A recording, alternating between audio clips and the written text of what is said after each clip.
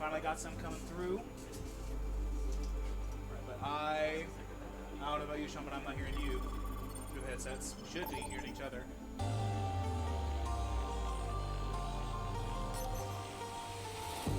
Initiating match.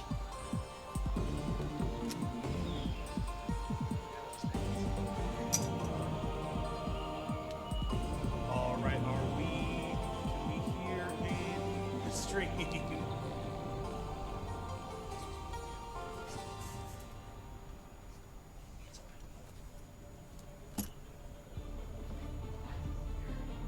I don't know about you, Sean, but I'm not hearing any in-game audio.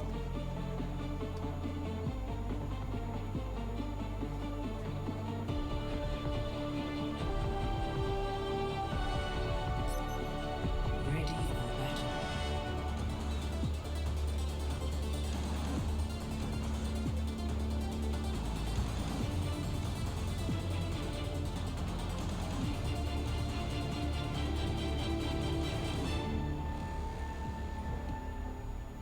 Are we going 5, Sean, 4, can you hear me? Test, test. 3, 1, 2, 3, 2, 1, 2, 3. 1. Objective unlocks in 30 seconds.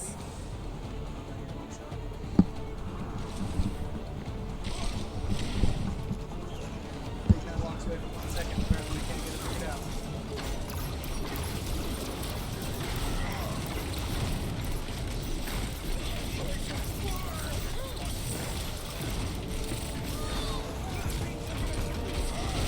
All right.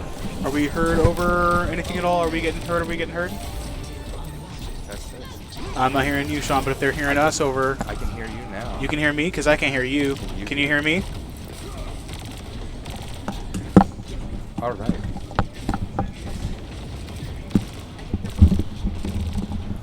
All right, perfect. Now, this is a better headset. All Sorry right. for some technical difficulties there. Welcome back to the NSCSA Division II Finals Champ. We are up against... Yeah, we have our last match, which is McCook versus Platteview, and we are already right into it. All right, this is Sean Cito next to me. I am Zach Ottoman. We are Sean, one of our coaches on the esports team here at Midland University's esports program, and then I am our technical electrician at Kimmel Theater, where we are hosting this year's Nebraska School Esports Abos. Apparently I can't do vowels today. Nebraska Schools Esports Association State Championships. Now let's get right into it. We've already had a couple engagements right out the gate, but now we have already seen an entirely first cap on push. That this team comp is quite interesting. Being able to play looks like to be a pseudo dive comp using Doomfist, Juno for speed, and a Junkrat over, as well as a Torbjorn, which is very interesting in a push map configuration. Torbjorn is typically a defensive hero, but it seems to be running over. Is this McCook? McCook's team. All right. Running an interesting comp of a Rhine in this sort of brawl speed comp with a Tracer, but it seems they've already switched directly over to that Roadhog. I know Roadhog had seen quite a bit of play earlier, and it seems to be quite a different matchup now. That Doomfist is always able to get into the backline, being able to do quite a lot of havoc and damage, and it seems that they're not quite able to convert on a lot of this kind of momentum. It seems to be such a fast push. That Torque Turret doing a lot of extra damage, and man, less than a minute on the clock. That's... Are we sure that wasn't that was I think that's one of the fastest Overwatch games I've ever seen, or I suppose not games, one of the fastest Overwatch maps I've ever seen. Sean, you have a lot more experience with actually breaking down compositions than I do. The most I've played is played casually. Do you have a couple things you want to say about? Taking back a look at this sort of push map configuration, a lot of the time you want to play comps that are going to be able to be a lot more versatile. It's a lot of back and forth attacking and defending. So being able to sort of make that, unfortunately, a lot of momentum is carried when you cap the first point, and being able to push that advantage. Playing on the back end, it's very difficult to take back. It is possible, but it takes a lot of team coordination and a lot of dedication. Looks like we are going to take our next map right over into Escort. Now, Escort is a little different. It's a little slower, right? It's a lot more back and forth. There's an attack side, there's a defense side, so we get to play. Each team gets to make their comps a little bit more specialized in one way or the other. A hyper offensive team can take point very easily, and Kings Row, notoriously being known amongst the Overwatch community as Springs Row, we love to play here. It's always one of our favorites. And this map actually is a hybrid map, which means we have to cap 1 point first, and then once we capture that point, we're going to take a payload all the way to the end of the map. Depending on who is attacking and defending, the map could be very short because we could hold everyone at first point, and then just cap first point on the attack side, or we could take this all the way to the end, and vice versa. Luckily, compared to Colosseo, I'm happy that we're going to see some more gameplay out of this map. Do we know who is on defense, who is on offense for this first round, or is it going to be a matter of hopping into the game to figure that out? I am unsure, but we will see in just a moment. Now, I believe it was such a quick round. Mad Dog was the Doomfist, correct? That was the team that won that first round? I believe so, yes. Mad Dog's team for Platteview, they, as their tank came in, they wiped and they allowed everybody else to really defend that point. Coming into the game, hoping to see who's on whose side. Waiting. It's something different experience being able to hear myself on stage through these headphones. Alright. Can we hop in their spawn? Can we see what team is in here? It looks like none of them have chosen heroes yet. All right. They're about to. Just playing that awkward little waiting game. Alright. Perfect. It really looks like Platteview really loves this dive core of a Doomfist. And it looks like they have a DPS duo that's going to be able to clean up a lot of that chaos that is caused by a Doomfist. And of course, Juno being one of the most versatile and important supports in the game right now. That ultimate is very oppressive. Let's see how far they come out the gate. And on the defending side, it looks like we're running a pseudo dive with a Reinhardt core or Reinhardt Juno Lucio core. So that means that Reinhardt's going to be enabled to get in, do a lot of damage, protect his supports, and be able to sort of peel out. But having the core of dive being Tracer and an Echo means that they're going to get a lot of value if they can get in. Alright, and then right already out of the spawn, we see in training on Doomfist just hopping in. He's trying to hit that Tracer. The Tracer's down. Reinhardt goes to defend, and he's just playing around them. I gotta say, I love watching this Doomfist, even the little bit that we got to see last round, and now an excuse for them to be playing a little bit more. Already moving on. Down. He is making... They have already taken most of control of point. It looks like I don't believe we are going to try to go for a touch. And he's already just going. One of the things that I've always been told that I'm not particularly good at when I play tank is doing exactly what this Doomfist is doing right now. But he's making it work, and his team knows what he's doing. Oh, and we have which is so satisfying to see. Mauga's a very interesting pick here because Mauga can really challenge a lot of damage, and it is very much like a giant target on his back. You want to focus the Mauga, but unfortunately the Mauga goes down, and Doomfist able to run away with it, already bullying this soldier all the way towards the end. Man, they must really be able to get in. And with such little help, that Doomfist is still able to get out. It definitely helps to have two very mobile supports, like a Mercy and a Juno, to be able to heal. Because obviously that Doomfist is going to be taking a lot. Oh, and I didn't even see that. That Tracer could not find a pick. Oh, it looks like we're pushing advantage already up here. Oh, and we're back to the Roadhog. And that Doomfist is still up in their backline. It seems like dive is not a strong suit of a counterplay for these guys. Now that Doomfist is able to do so much already with the ult, and it hasn't even been that long in the game.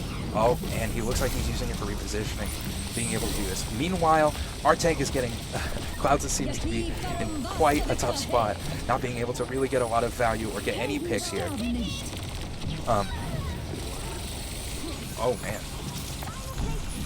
And then I didn't even notice the switch to Symmetra. I haven't seen a lot of intense from, but that big hit like that, or ultimate like that, it was definitely interesting to see where they like to use that just as an excuse to rush in as people were resetting, finally getting that wipe just about, probably going to end up making it to that first point. And it seems this Doomfist is really good at splitting the enemy team, being able to make them fight multiple small one-on-ones, and being able to go through while still being supported by their team. It looks like they are capping the next point. This next part of King's Row is quite easy to play. It's quite more defensive heavy versus attackers heavy, and being able to punish any incorrect plays is going to be... Oh, and there is another dragon. And it looks like we have two Junos trying to see if they can push any more advantage for their teams. But again, it seems like they're always able to isolate these one-on-one fights and make sure that being able to punish such a immobile tank. Roadhog really struggles with being able to move around and peel for his team. He is definitely a lot more suited for singular, sustained fights on his own because he has that take a breather ability, which lets him heal. And unlike Overwatch 1, where you had to literally stand there, he gets to breathe in and still run away. It's also added some damage reduction in a couple patches. So now we have yet another engagement. It looks like we have a lot of ultimates online. And oh wow. Oh man. Countering the Juno ult with another Juno ult, but still unable to get a whole lot of value. It was really nice seeing McCook come in and finally get that first wipe that they got to be able to, but with 4 minutes left on the map, the outcome is, not to take it too soon, but the outcome is pretty apparent. Platteview just coming in, wrecking them down, hitting ult after they finally had gotten killed. They just come in and get that sweep over McCook. This Doomfist is really running away with it. Always in, always punishing every squishy he can see, bullying that Juno in the corner. This Tracer, the only sort of source they have for a touch, and still having to fight this 3v1. Are we going to get the touch? Okay, it looks like... Oh my god! And the hook off stage? Oh. Let's see if they can hold this. All right. And it looks like that is Platteview taking 3 points in the first round of King's Row, the second map of the finals game. 3 minutes and 30 seconds on the clock is quite the task to fight, but who knows? We might be able to see the exact same performance right out the gate on the other side. Let's head back. Now, what do you think McCook is going to have to do now that they're on the offense to even potentially overcome Platteview? They have had to play defense for the first map and now this first round. Now that they're coming into offense, what do you think they're going to try to do to overcome a defense they haven't seen yet? Well, there's a lot of philosophies you can take in the game. One could be to just focus the Doomfist a lot, because that Doomfist is doing a lot. If you can reduce his value, whether you're able to make him push out before he can get much damage done, or you just straight up eliminate him as soon as you can, that frees the rest of the team, who are relatively squishy, to be just taken care of immediately. That being said, it is easier said than done to deal with a Doomfist who is ready for a 5-man collapse on him. So often a lot of teams like to run comps that are able to either swat him away and defend against it, or straight up ignore the Doomfist with better mobility or things like that. But it looks like we are running, again, this Reinhardt comp. They're going to have a lot of good ways to get a lot of far damage, because they're running both a Soldier and a Sojourn, which have a lot more range than some other heroes in the roster. And we've opted to swap off the Lucio into the Brig, which means we're going to have a little bit more anti-Doomfist play. Lucio's great for making sure that that Reinhardt is able to get in, but not so much to deal with that Doomfist. Looks like we are still boxing out this first choke, and it looks like that Reinhardt is not ready for those Symmetra turrets. That Sojourn goes down to an Ashe, and Ashe has a lot of angles to work with here, because Ashe gets so many long angles, and she is a bit of a sniper character, so being able to capitalize on everyone having to file through one choke is quite hard. We do see a switch to Roadhog from Clouds, a character he's been trying to play this entire game, finally coming in. Do you think he's going to be able to get good use against the Doomfist, or do you even think he's trying to counter the Doomfist, just trying to counter the rest of the team, so that his team can take care of that Doomfist who is trying to get in and trying to attack them? Well, the way to deal with Doomfist as a Roadhog is you want to wait for a time where you will block, where the Doomfist will block, and Roadhog's hook will actually hook the Doomfist directly out of block.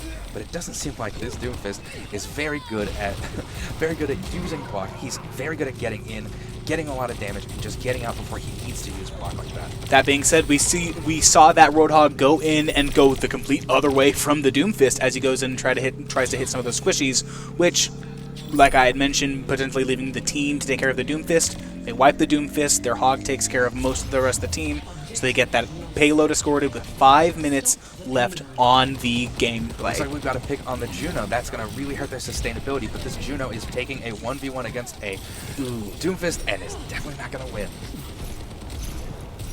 I do want to point out that the Tracer from McCook that we had seen a little bit of success for last time, comparatively, switched to Soldier, and they seem to be up, they seem to be continuing to get through, they're not dying a lot, they're staying back, they're making sure they're hitting their hits, a complete 180 from when they were playing Tracer.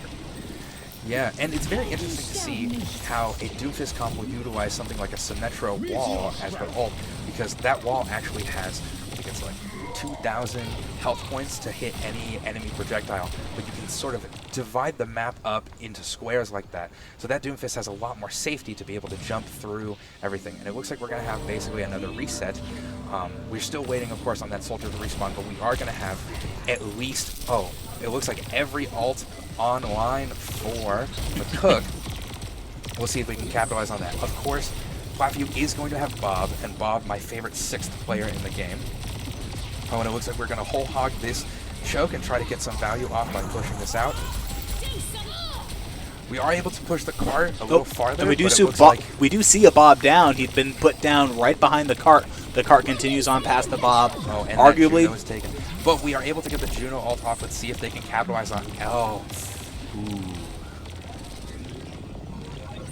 And that's just a wipe. That's sad to see from McCook, but 3 minutes left on the game. Nothing saying that they can't make that 3rd point and try to make it back in overtime. Yes, we're going to have to see some quite creative plays to get through this choke, especially with how many Symmetra turrets there are, and that Doomfist who is just going in and playing with his food there. And finally he's able to get a block off, and we already have another Symmetra ult online, and it looks like this hotel is quite packed, full of action. Unfortunately, we have Rally coming online. Let's see if this Doomfist is going to be able to do much. I do want to point out that McCook, after this Doomfist, had just kept hopping in, kept trying to hit them, almost trying to solo them, which has been getting some Platteview successes. He's finally getting in there, and McCook is starting to just kind of keep him separate. Standing. In that entire interaction, that Doomfist was the only one who survived.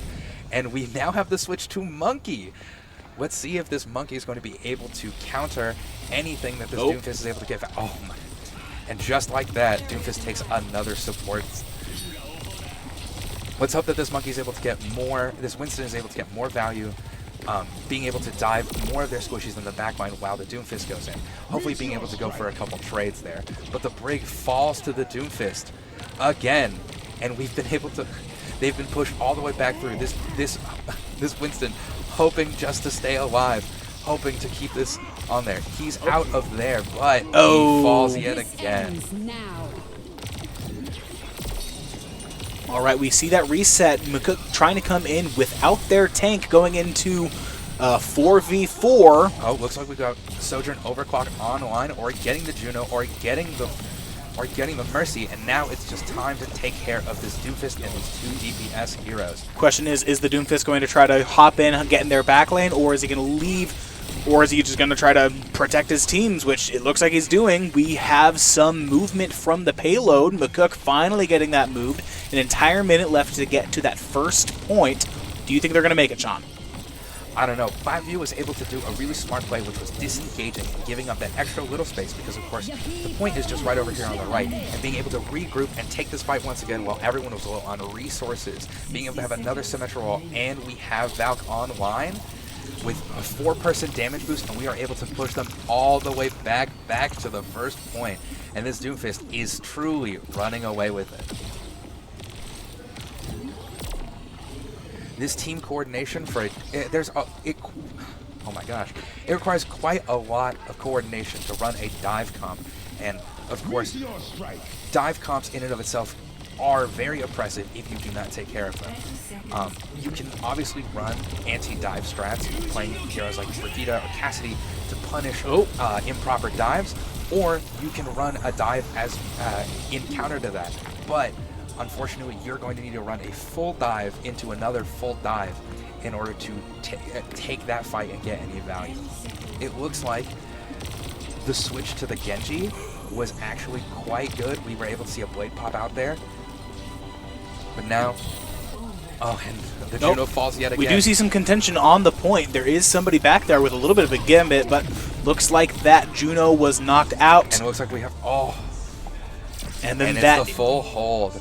that is Platteview walking away with map 2, and if I believe it is best 2 of 3, that is Platteview walking away with the state championships. I believe so, right? Yes. Well, thank you so much for joining us for Division 2 Champs. Oh, let's see this play of the game. Quite good. 3 melees to deal with that Sojourn. That's crazy. Well, I've been Sean. I've been Zach. This is us signing off. We will see you in a bit for awards.